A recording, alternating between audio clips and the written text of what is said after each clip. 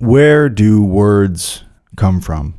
And what do they reveal about the subject that they represent? These are some of the questions that Plato seeks to address in his dialogue called Cratylus, at which we're going to be looking this week.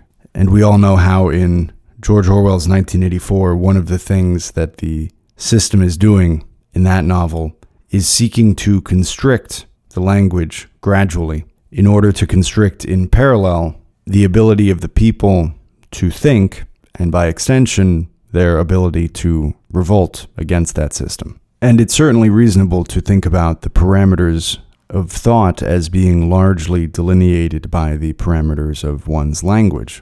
And it's not a one-to-one correspondence. One also thinks in images. One can have feelings in the mind that are difficult to verbalize. And indeed, there may be infinitely many such feelings, but most of the thoughts that we have that we are able to communicate to others, if we're not visual artists of one kind or another, are determined by the extent of our language. So it's worth it to reflect, as Plato does in this dialogue, on the origins and essence of language or words, or as they're called in this translation, names. And one question that appears early on is that of whether names or words are established by convention, that a word appears and is used for a certain thing merely out of custom, that somebody starts using it and then other people pick it up and it spreads, and that's how a word comes to be used for a particular phenomenon, or if there is something more deliberate and intentional in words that reflects what they refer to or represent.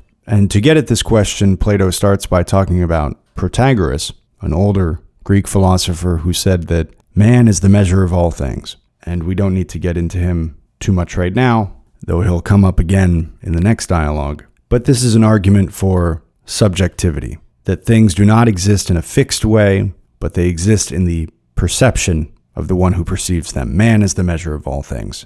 Something is according to someone's perception of it. And Socrates fights with this idea in the next dialogue, but here we're just using it as a placeholder. So there's this one idea of subjectivity. And then he talks about the view of this other guy named Euthydemus, who apparently argues that everything has every attribute simultaneously. And Socrates uses these two views, that of Protagoras and that of Euthydemus, to say, if neither of these are true, and he doesn't go into a long elaboration about why they're not true, but we can probably agree at least that they are a little bit strange on first hearing. But he says that if those are not true, then things must have some fixed being of their own. There must be some way that they are and a way that they're not. They don't exist only in relation to us, and they don't fluctuate based on how they appear to us. And from there, he says, within that, actions also have a fixed being or an essence. And speaking is an action, so the same principle applies to speaking. So there must be such a thing as true and false statements, and from there we could say there must be true and false parts of statements, which are words. And then he talks about the person who makes names. He calls them at different times a name maker and a rule setter. And to me, it seems pretty unlikely that there was some guy in the distant past who went around naming things in a very careful way, and then other people used the names that he gave, or even that there was a series of such people. But this dialogue and this topic are in part interesting because the distant origins of words are pretty much lost in the mist of prehistory, so we can mostly only speculate about it. And that barrier is partly shown in how this dialogue deals a lot with etymology, with the effort to get at the meanings and origins of words by looking at their roots and their components. And the irony is that when we do that with modern English, we sometimes come up against an ancient Greek root word. I think we've talked before about how modern English comprises three large parts of French, Latin, and Germanic words, and then a much smaller proportion of Greek words, and then some other categories mixed in there. But we will sometimes come to an ancient Greek root of a modern English word and say, oh, look, that reveals something about the origin or the meaning of this word. But here, Socrates is trying to do the very same thing with ancient Greek words. So we might find some ancient word and feel like that is the end of the search and say, there it is, there's the meaning of that word. Whereas Socrates would think of that only as the starting point, and he would need to go further back. And fortunately, the conclusion that Socrates comes to is that this kind of etymology is not really a great way to get at the ultimate truth of a word. It might be kind of fun or interesting, but it's not a vantage point for truth in a final sense. And scholars think that he goes through this long process of giving many examples of the roots of various words in Greek, in part to demonstrate that he has this skill. He's not dismissing etymology, which at the time was apparently a practiced thing. He's not doing so lightly, but he's somebody who's able to do this, to rhapsodize about where this or that word might come from because it sounds like this word or it's connected to that word. But he still thinks that this is ultimately not terribly useful, because you get, as he points out, just what people of the past thought of the meaning of a word, and what a person or a community in the past has to say about the meaning of a particular word is not necessarily any more true than what a person or a community in the present might have to say about it. So you're left right back where you started in terms of trying to get at the essence of something represented by a word. Now, all of that being said, it is still fun to look at these examples. And Socrates is pretty clear in each case that he's not saying this is definitely where the word comes from, but he's doing what we do today with etymology, which is you look at the word, you listen to what it sounds like, you think of other words that it could be connected to. You have a deep pool to draw on, a knowledge of old words. So he acknowledges that he's speculating, but one example that he gives is that the word hero, which apparently in ancient Greek is heros, H-E-R-O-S, looks like it might come from eros, E-R-O-S, or love. And that might mean that a hero is one who loves something, or acts as they do out of a love for something, that their heroism reflects love. And he talks about the ancient Greek word for a person, for a human, and it's anthropos. And he says it looks a little bit like anathron haope, which means one who observes closely. So maybe the ancient Greek word for a person was related to a phrase or a conjunction of the phrase, one who observes closely. And maybe that meant that the ancestors even of Socrates thought that what set humans apart from other animals was that they observed closely, if his theory about that word and its origin is correct. And he mentions at one point that the ancient Greek word for body is soma, S-O-M-A. And this is also the name of the medicine that's used in Brave New World to sedate people, to keep them content in the dystopia that they're living in.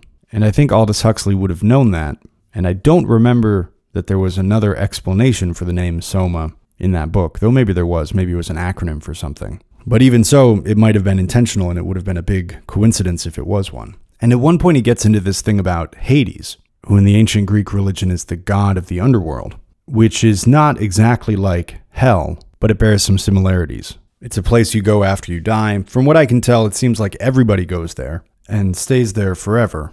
It's dark, it's not very pleasant there, but it's not a place of eternal torment the way that Christian hell or Islamic Jahannam is. But Socrates gets into this reasoning and he asks, which is stronger, the will or force, desire or force? And his interlocutor, I can't remember exactly who it is, there's a few different people in this one, says desire is more powerful. And Socrates says, well then, shouldn't it be desire that keeps people in the underworld if you can't force them to stay there? And the person says yes.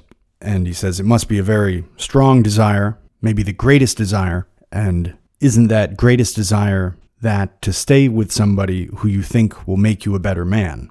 And the person says yes. And so then Socrates says that therefore Hades, the god of the underworld, must be a kind of philosopher, or at least a sophist, who is able to keep people in the underworld by their own desire. He makes them want to stay there. And the passage is a little bit ambiguous. I couldn't quite tell if Socrates meant that Hades is deceiving people into wanting to stay there, or maybe that he's offering them something very interesting and good. But he does use the word sophist, which suggests the former. And a sophist originally referred to a paid teacher, somebody who taught philosophy and rhetoric in ancient Greece and accepted payments for it. But it's used now, and it seems to have been used then, to refer to people who use clever but false reasoning. And it's very interesting to think of the power of a sophist, of somebody who uses faulty reasoning, as being able to keep somebody in the underworld indefinitely by their own desire, because they want to be around somebody who they perceive to be making them a better person. Whether that's exactly what Socrates meant in that passage or not, that's certainly something that we all ought to be keeping steady watch against. Socrates mentions at one point that the ancient Greek word for mother is meter, M-E-T-E-R. And that's, of course, now a unit of measurement in many languages. And one I had known but forgotten is that the ancient word for fire is pur, something like that, P-U-R. And that seems to certainly be related to the modern English word pure or purify. It's hard to articulate exactly what it is, but there seems to be some relationship between fire and purity. And apparently the word for winds is pneumata, P-N-E-U-M-A-T-A, and that's obviously the ancestor of the modern English word pneumatic. So when you talk about a pneumatic drill or pneumatic power in a machine, of course you're talking about compressed air or gas, but the original Greek meaning of that was related to wind, though we'd be cheating a little bit if we tried to say that that meant it counted as wind power. And he looks at the Greek word for wisdom, which is phronesis, P-H-R-O-N-E-S-I-S, and he thinks it either breaks down as phorus noesis, which is understanding motion, or phorus onesis, which is delight in motion. So wisdom is either, according to this kind of etymology, understanding motion or delight in motion. He says the word courage, Andrea, looks like it refers to opposing a flow. And I didn't note exactly what the ancient Greek breakdown would have been, but some of these, he says they look like a conjunction, like several words smushed together. And the Greek word for courage apparently looks like it might mean opposing a flow. And the word for craft, techne, looks like hexis no, or possession of understanding. The word for vice, kakia, K-A-K-I-A, looks like kakos ion, moving badly. The word for cowardice, Delia, D-E-I-L-I-A, looks like desmos leon, shackled too much, overly shackled. And Socrates thinks that might refer to how cowardice is the strongest of the soul's shackles. Virtue is arete, A-R-E-T-E. He says it looks like ehrion, A-E-I-R-H-E-O-N, always flowing. I don't remember exactly what he drew from that one, but virtue is somehow related to flowing. And these are all interesting, and we're going to look at some more, but they at best give us another way to think about these concepts, and they maybe show us how our ancestors would have thought about them. In this case, our very distant ancestors, because we're talking about even the people who came before Socrates. And in this problem, there's a little microcosm of what we're doing with this whole podcast in two ways. One is that if we read an old book and it says, you ought to do such and such, all we really know from that is that that writer thought that. And that has its weight, because if you have thoughts continuously appearing over the centuries and the millennia, then that shows that that thought is a little bit more durable than some other thoughts, that it applies to a variety of times and places. It doesn't only appear to be true in a particular context. But you can't stop there, and we can't take the canon and the thoughts in it as some kind of unquestionable dogma. First of all, because there's a lot of contradiction in it. There's a lot of disagreement about what's what. But you can take it as what it is, which is in part a very large, very wide and deep record of experience and reasoning and thought generally. And in that, it is a literally priceless legacy in helping us to evaluate our existence and to try to live it well. It's also a way to try to benefit from the experience of others as much as that's possible.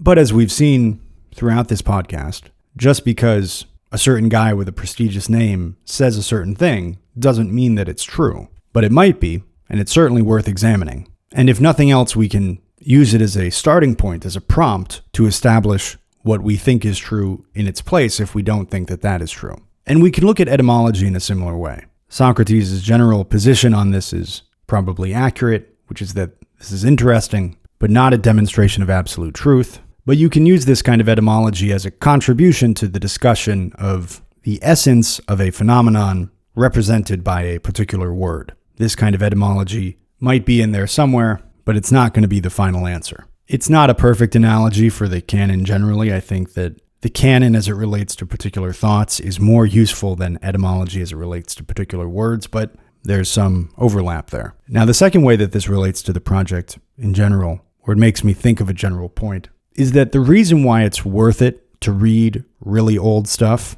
or even more recent old stuff, it doesn't have to be 24 centuries old, it might only be 12 or 5 or 2 centuries old. but it can make you much more efficient in that you can avoid retracing steps that somebody much smarter than you walked 2,000 years ago. You might have a thought about something, or you might read somebody else's modern thought about something, and you might have no idea that there is a very detailed look at this problem that was written long before ships even had rudders.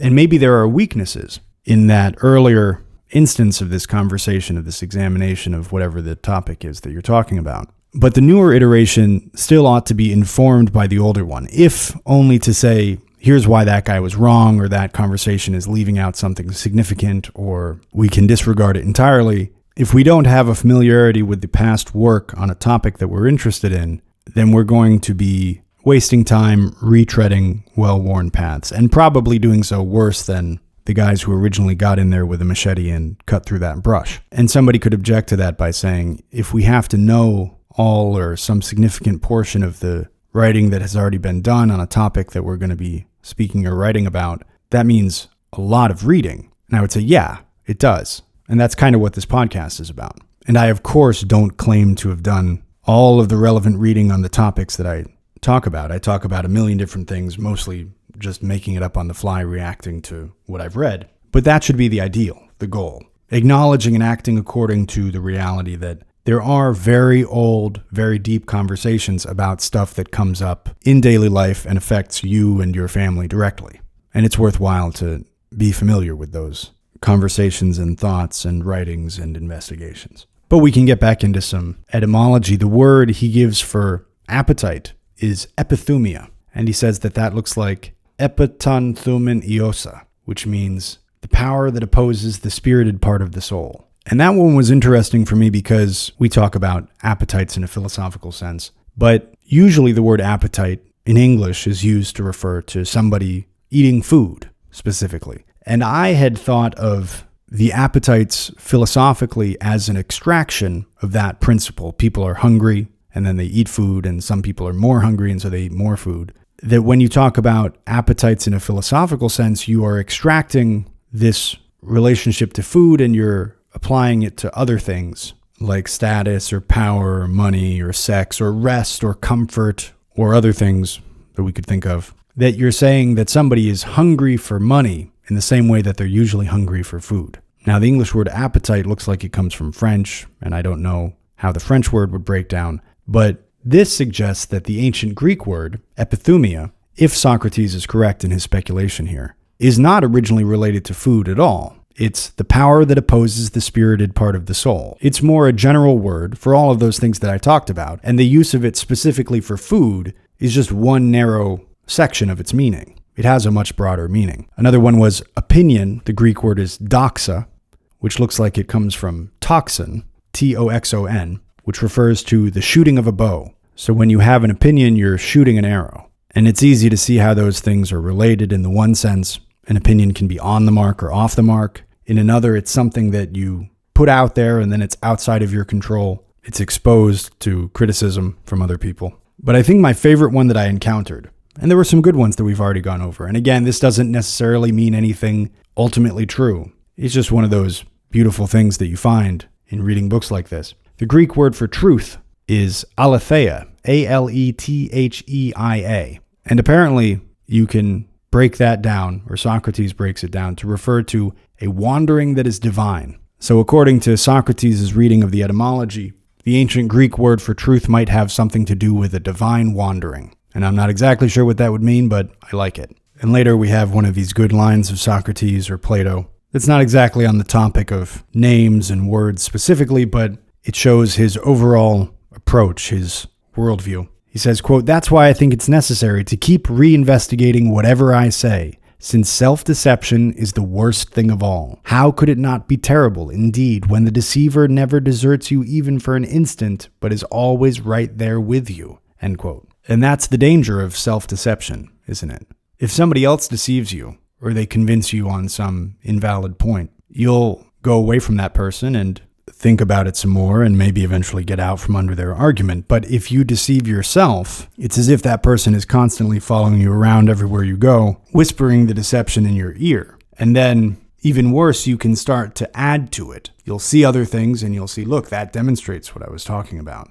even if it would be better explained in another way. Now, the tricky part with this is that an external deception can very quickly become self-deception. Once you internalize an idea, if you internalize a deception, then you will start to add to it in the same way. You'll build it into your worldview and you'll add supporting thoughts to it. So what starts as an external deception can quickly become a self-deception and have that similar kind of resiliency. Later, he's talking about likeness, and he talks about how likeness in numbers is different from likeness in sensory objects. Likeness in numbers is either absolutely correct or absolutely incorrect, whereas likeness in sensory objects can have a kind of proximity. It can be more like or less like. And later he asks, if a god were to make an exact copy of you, would that be an image of you or would it be a second you? And toward the end of the dialogue, just to confirm Socrates' position on this, he says, quote, anyone who investigates things by taking names as his guides and looking into their meanings runs no small risk of being deceived,